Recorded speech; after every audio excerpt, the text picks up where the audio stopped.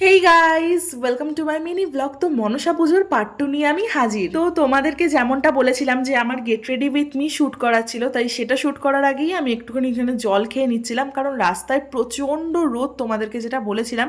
আর জল খাওয়ার মাঝখানে দেখি এখানে বাবা চলে এসেছে, বাবার কি দরকারি জিনিস নিতে। আর তারপর এখানে বাবা নিতে নিতে আমাকে কি হাসির কথা বলছিল সেটা এখন এই মুহূর্তে আমার মনে পড়ছে না। তো যাই হোক, তারপর তো এত গরম লাগছে যে শুট কি করে করবো সেটাই আমি ভেবে পাগল হয়ে যাচ্ছি। যাই হোক, দেন আমি শুটটা কমপ্লিট করলাম, আর আমার চ্যানেলে কিন্তু অলরেডি আপলোড আছে, গিয়ে দেখে আসতে পারো। তো চলো এবার আমাদের বাড়ির মাকে দেখাই। এই হলো আমাদের বাড়ির মনসা মা, আর এটা তার মন্দির। আমার শ্বশুরই প্রথম এই বাড়িতে মনসা মাকে নিয়ে এসে পুজো করা শুরু করে, তাও অনেক ছোটবেলায়। বাবার কাছে শুনেছি তখন নাকি বাবা মনসা মাকে আনেনি, তখন অষ্টনাগ দিয়ে পুজো দিত। যাই হোক, পুজো তো শুরু হয়েই গেছে, তোমরা দেখতেই পাচ্ছ। আর তারপর এখানে পঞ্চপ্রদীপ নিয়ে এসেছিল, তাই সেটার একটু ভাব নিয়ে নিলাম।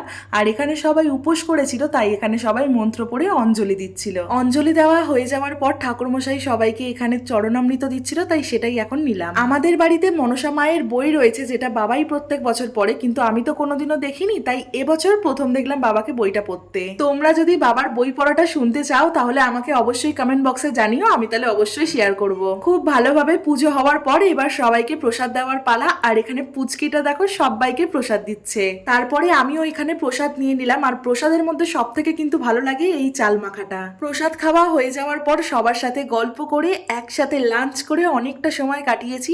এখন এবার বাড়ি যাওয়ার পালা। ওই বাড়ি থেকে বেরিয়ে একটু রাস্তা এসে দেখি মায়ের আবার পুজো হচ্ছে এইখানে। তো ওখান থেকে খিচুড়ি প্রসাদ নিয়ে বাড়ি চলে আসি। আর আশা করছি তোমাদের এই মিনি ব্লগটা খুব ভালো লেগেছে। সো এরকম মিনি ব্লগ দেখতে হলে কিন্তু চ্যানেলটা সাবস্ক্রাইব করতে ভুলো না। বাই।